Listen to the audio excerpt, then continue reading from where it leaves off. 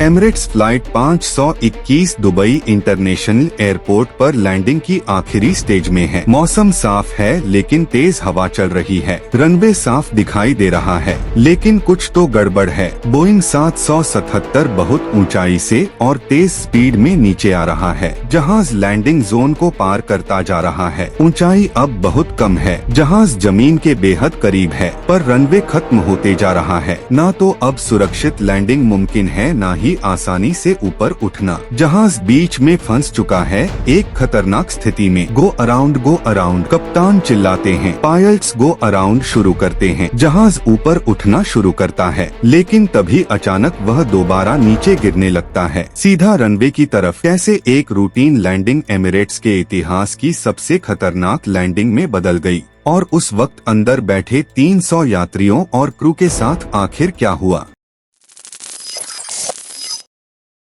यह कहानी है एमिरेट्स फ्लाइट 521 की। केरला 3 अगस्त 2016 सुबह के 10:34 पर भारतीय समय अनुसार एमिरेट्स फ्लाइट 521 ने त्रिवेंद्रम इंटरनेशनल एयरपोर्ट से उड़ान भरी। एमिरेट्स फ्लाइट 521 केरल के त्रिवेंद्रम शहर से दुबई के लिए रवाना होने वाली एक नियमित उड़ान थी। त्रिवेंद्रम भारत के दक्षिणी सिरे पर बसा एक शांत सा शहर। वहां से हर रोज सैकड़ों लोग अरब देशों की ओर उड़ान भरते हैं, उम्मीदों और जिम्मेदारियों के साथ। इस सफर के लिए इस्तेमाल हो रहा है एक बोइंग 777, एक विशाल आधुनिक और भरोसेमंद विमान जिसकी उम्र 13 साल है। 1985 में अपनी स्थापना के बाद से एमिरेट्स ने न कभी कोई विमान खोया था, न ही किसी घातक हादसे का सामना किया था। यह एयरलाइन दुनिया की टॉप 10 सबसे सुरक्षित एयरलाइनों में लगातार शामिल रही है। और उस दिन की फ्लाइट भी एक सामान्य रूटीन उड़ान की तरह ही शुरू हुई, जिसमें 282 यात्री और 18 क्रू मेंबर्स, कुल 300 लोग सवार थे। ज्यादातर यात्री भारतीय मूल के थे जो रोजगार और बेहतर जीवन की तलाश में दुबई की ओर जा रहे थे। सब कुछ सामान्य लग रहा था। किसी को जरा भी अंदाजा नहीं था कि कुछ ही घंटों में यह सफर एक ऐसे मोड़ पर पहुंचने वाला है जो हमेशा के लिए इतिहास में दर्ज हो जाएगा। विमान धीरे धीरे अरब सागर के ऊपर चढ़ता गया और उत्तर पश्चिम दिशा में संयुक्त अरब अमीरात की ओर बढ़ने लगा। लेकिन दुबई में उस दिन का मौसम सामान्य नहीं था। एक शक्तिशाली हाई प्रेशर सिस्टम ने शहर को झुलसाने वाली गर्मी से भर दिया था। तापमान 49 डिग्री सेल्सियस तक पहुंच चुका था। वहीं दूसरी ओर समुद्र के किनारे बन रहे 2 लो प्रेशर सिस्टम ने हालात और भी बिगाड़ दिए। हाई प्रेशर से उठती गर्म हवाएं समुद्र की ओर धकेली जा रही थी, जबकि दूसरी तरफ से हर सुबह की तरह ठंडी समुद्री हवा दुबई की ओर बढ़ रही थी। इन दोनों विपरीत दिशाओं की हवाओं का आमना सामना दुबई इंटरनेशनल एयरपोर्ट के ठीक ऊपर हुआ। इस घटना के कारण हवा अचानक अपनी दिशा या गति बदल लेती है, जिसे हम विंड शेयर कहते हैं। अगर कोई विमान इस विंड शेयर में चला जाए तो उसकी स्पीड अचानक गिर सकती है या वह नियंत्रण खो सकता है। कभी तेज हवा उसे ऊपर धकेलती है तो कभी अचानक नीचे गिरा देती है और पायलट्स के पास प्रतिक्रिया देने के लिए मुश्किल से कुछ सेकंड्स ही होते हैं। लेकिन उस समय फ्लाइट 521 के क्रू को इस अदृश्य खतरे की भनक तक नहीं थी। सब कुछ सामान्य लग रहा था। फ्लाइट के कमांड में थे एक अनुभवी कैप्टन जिनका नाम सार्वजनिक नहीं किया गया। वे यूएई से थे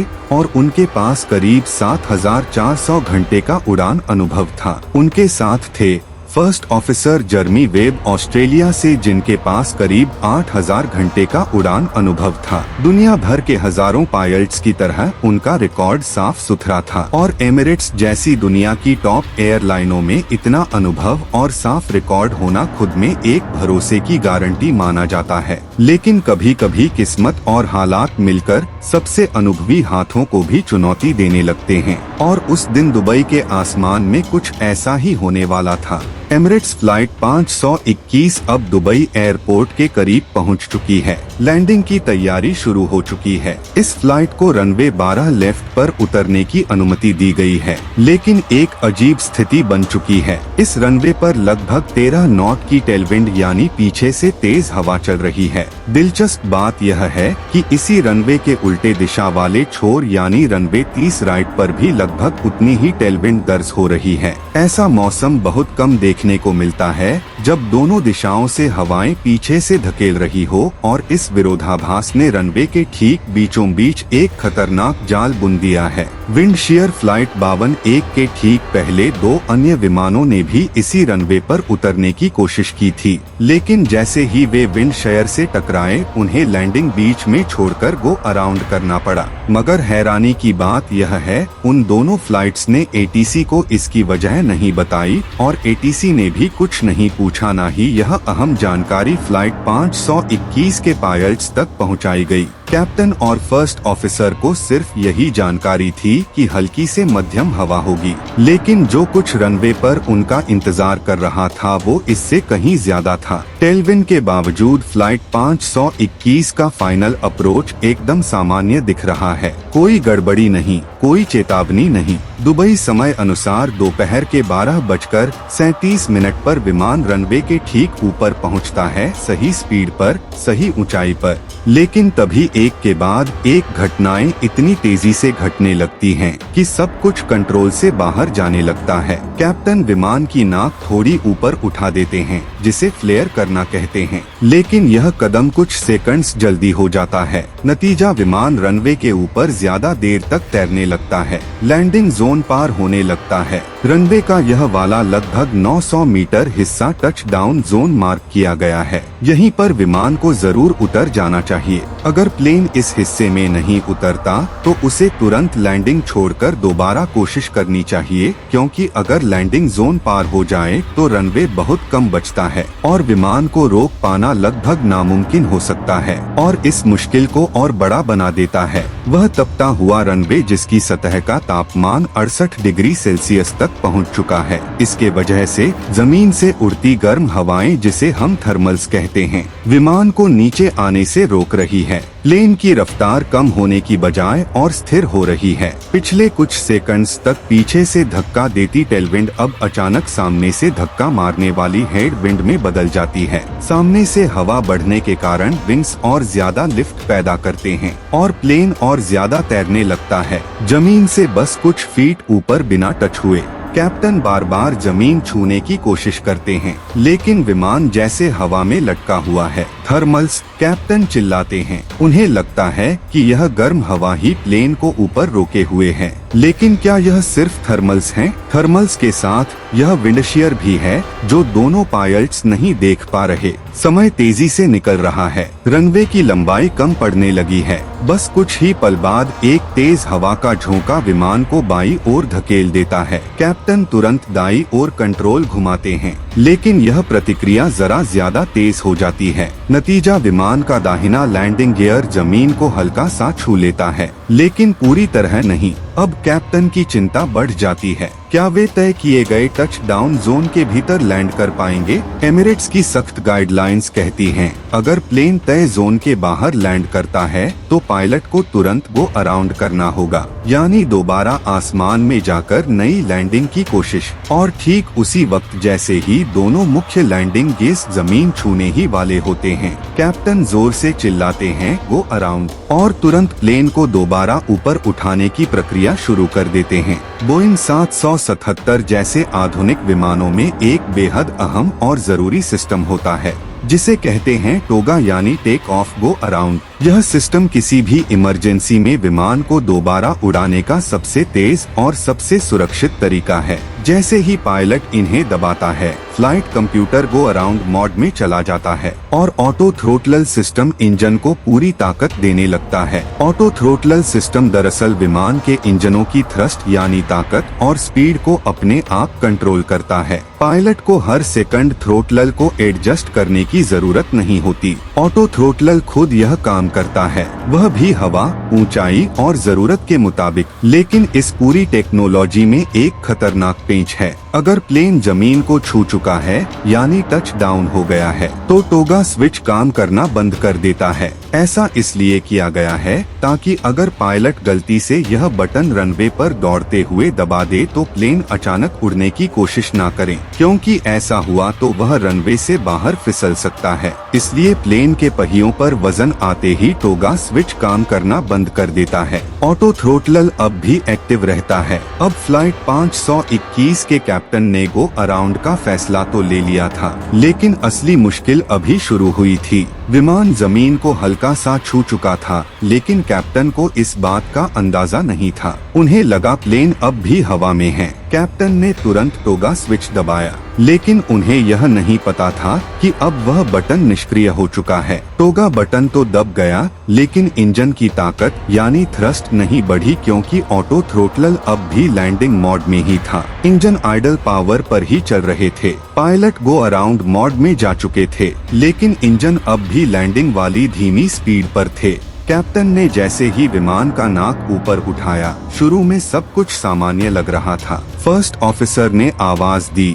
पॉजिटिव क्लाइंब यानी विमान अब चढ़ाई कर रहा है। कैप्टन ने तुरंत लैंडिंग गियर वापस खींच लिया, लेकिन इस दौरान दोनों पायलट एक बेहद अहम चीज को नजरअंदाज कर बैठे। फ्लाइट कंप्यूटर ने अब तक अपना मोड बदला ही नहीं था और विमान की रफ्तार तेजी से गिर रही थी। एयर ट्रैफिक कंट्रोलर को लगा कि फ्लाइट 521 मिस्ड अप्रोच कर रही है, यानी रनवे से हटकर दोबारा लैंडिंग की कोशिश करेगी। उसने आदेश दिया सीधा 4000 फीट की ऊंचाई तक चढ़ाई करें। फर्स्ट ऑफिसर ने कॉपी कहकर जवाब भी दे दिया, लेकिन अब विमान की चढ़ाई की रफ्तार घटने लगी और स्पीड और भी कम होती चली गई। इंजन में इतनी ताकत ही नहीं थी कि वह प्लेन को ऊपर बनाए रख सके। फ्लाइट 521 सिर्फ 85 फीट की ऊंचाई तक जा पाया और फिर नीचे की ओर गिरने लगा। तभी कॉकपिट में एक चेतावनी गूंजती है, don't think don't think. Captain को अब जाकर एहसास हुआ कि शायद विमान विंड शेयर में फंस गया है। उन्होंने तुरंत मैनुअली पूरा थ्रस्ट लगा दिया, जैसा विंड शेयर से बचने के लिए ट्रेनिंग में सिखाया जाता है। इंजन अभी पूरी ताकत पकड़ भी नहीं पाए थे।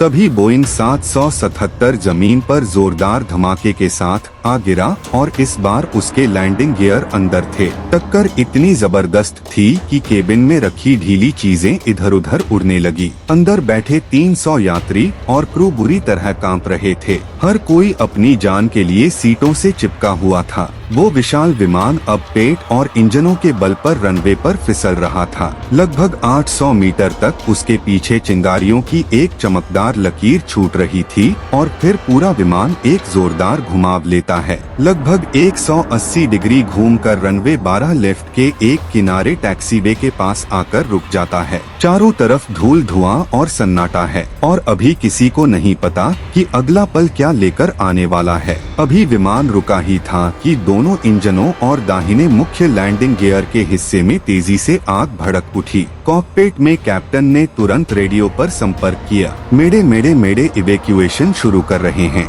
एयर ट्रैफिक कंट्रोलर ने पूरा हादसा अपनी आंखों से देखा था। वो तुरंत हरकत में आया। क्रैश अलार्म बजाया गया और एयरपोर्ट की फायर ब्रिगेड को अलर्ट कर दिया गया। कुछ ही सेकंडों में रेस शुरू हो चुकी थी। आग से लड़ने की रेस और 300 जानों को बचाने की रेस। कॉकपिट में पायलट्स जान बचाने की जद्दोजहद में थे, लेकिन उस हालत में भी उन्हें इवैक्यूएशन चेक लिस्ट ढूंढनी थी और उस तूफानी पल में जब हर तरफ चीजें इधर उधर बिखर चुकी थी। इस छोटी सी चेक लिस्ट को खोजने में लगभग 1 मिनट लग गया। इस बीच बाहर जहाज में आग लग चुकी थी। धुआं उठ रहा था, लेकिन क्रू को आधिकारिक आदेश का इंतजार था। फ्लाइट अटेंडेंट्स ने खुद से इवैक्यूएशन शुरू नहीं किया। हैरानी की बात यह थी कि जैसे ही इवैक्यूएशन का वक्त आया, कई यात्री घबराने की बजाय सीट बेल्ट खोलकर ओवरहेड बंद से अपना सामान निकालने लगे। बैग, लैपटॉप, सूटकेस, मानो उनके पास वक्त की कोई कमी ही ना हो।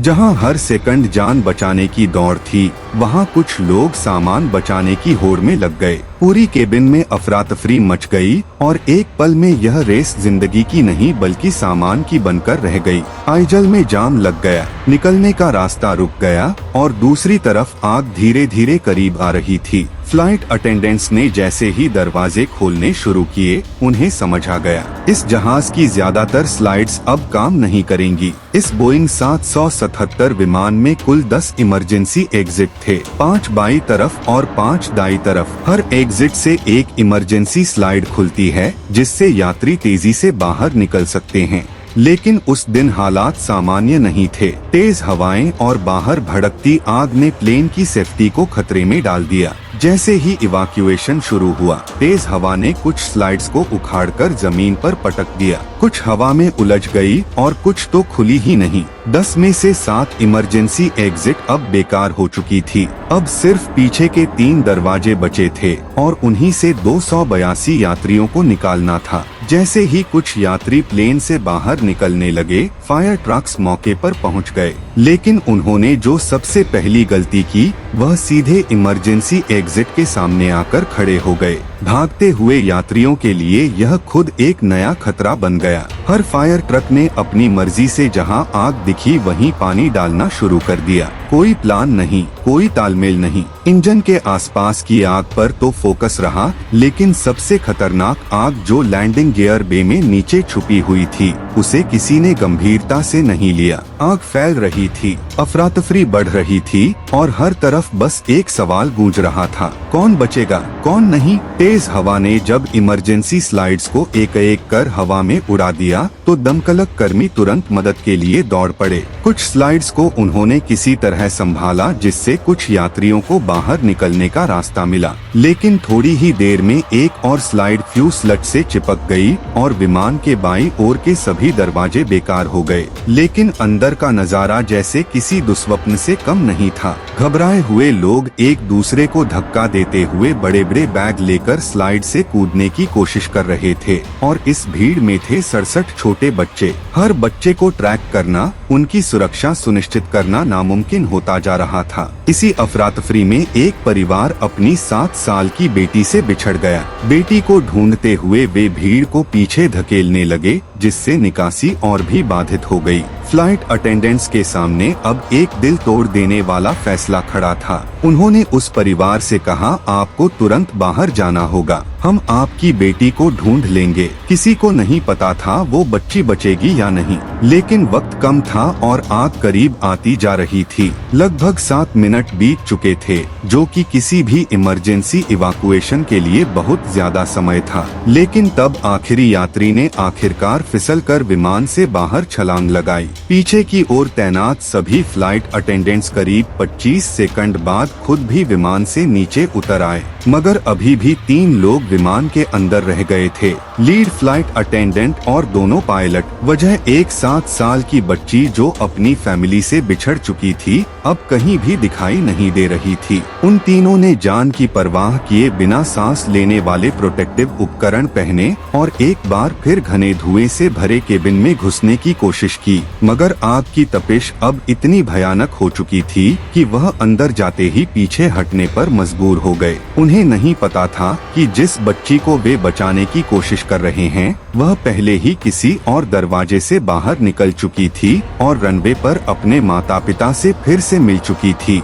लेकिन वो तीनों अब भी अंदर थे। अंधेरे, धुएं और आग के बीच एक विशाल आग का गोला तेजी से केबिन को चीरता हुआ ऊपर उठा और विमान के दाहिने विंग का करीब 15 मीटर लंबा हिस्सा हवा में उछल गया। जलते हुए धुएं और लपटों के बीच वो भारी मेटल शीट घूमती हुई नीचे गिरने लगी। नीचे जहां कुछ यात्री और फायर फाइटर्स अब भी अपनी जान बचाने की कोशिश में दौड़ रहे थे, लेकिन हर कोई भाग नहीं पाया। वो मेटल का टुकड़ा सीधे एक फायर फाइटर पर गिरा और उसे वहीं तुरंत मौत के घाट उतार दिया। उस वक्त लीड फ्लाइट अटेंडेंट और दोनों पायलट्स अब भी विमान के अंदर मौजूद थे। विस्फोटक ताकत ने उन्हें जमीन पर पटक दिया। हिम्मत जुटाकर उन्होंने खुद को जमीन से उठाया और अब यह तय था केबिन में किसी को ढूंढने की कोई और कोशिश नामुमकिन थी। आखिरकार उन्होंने एग्जिट डोर से छलांग लगाई। इस हादसे में 4 फ्लाइट अटेंडेंट्स गंभीर रूप से घायल हुए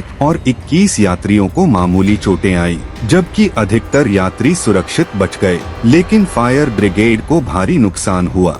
एक फायर फाइटर विस्फोट में मारा गया और 8 अन्य गंभीर रूप से घायल हुए। लेकिन सबसे बड़ा सवाल यह है, आखिर यह हादसा हुआ कैसे? जब क्रू से पूछताछ की गई और फ्लाइट डाटा की गहराई से जांच हुई तो एक एक कर वो वजह सामने आने लगी जो इस भीषण हादसे का कारण बनी। पहली वजह थी मौसम। अगर पायलट्स को उस वक्त यह पता चल जाता कि रनवे पर टच डाउन में विफलता की असली वजह विंड शीयर है तो शायद वह सामान्य गो अराउंड की बजाय विंड शीयर एस्केप मैन्यूवर अपनाते। इस विशेष मेन्यू में टोगा स्विच की बजाय मैनुअली अधिकतम पावर देना होता है, और अगर ऐसा किया गया होता तो शायद आज यह विमान महज एक और सुरक्षित लैंडिंग बन जाता, न कि एक जलता हुआ मलबा। दूसरी वजह थी टोगा स्विच का फेल होना। जैसे ही लैंडिंग गियर जमीन को छूता है टोगा बटन काम करना बंद कर देता है। यह डिजाइन के तहत होता है ताकि रनवे पर गलती से भी इंजन जोर न पकड़ ले, मगर जांच में सामने आया कि पायलट्स को इस तकनीकी नियम की पूरी जानकारी नहीं थी। हालांकि फ्लाइट ऑन ऑपरेशन मैनुअल में इसका जिक्र था, लेकिन बोइंग 777 के ट्रेनिंग प्रोग्राम में इस गंभीर जानकारी को पूरी तरह नजरअंदाज कर दिया गया था। तीसरी और सबसे खतरनाक चूक थी थ्रस्ट न बढ़ने पर ध्यान न देना। स्टैंडर्ड प्रोसीजर के मुताबिक यह फर्स्ट ऑफिसर की जिम्मेदारी होती है यह सुनिश्चित करना कि गो अराउंड के दौरान इंजन पावर बढ़ रही है या नहीं, मगर आधुनिक ऑटोमेशन पर भरोसा इतना बढ़ चुका है कि कई बार पायलट उसे बिना चेक किए मान लेते हैं कि सब ठीक है। कई पायलट्स का पूरा करियर इसी भरोसे में निकल जाता है, मगर एमिरेट्स फ्लाइट 521 की किस्मत उतनी मेहरबान नहीं थी। इस बारे में आपकी क्या राय है? मुझे कमेंट सेक्शन में जरूर बताइएगा। उम्मीद है दी अनफोल्डेड की यह वीडियो भी आप लोग भरपूर लाइक और शेयर करेंगे। मिलते हैं अगली शानदार वीडियो में।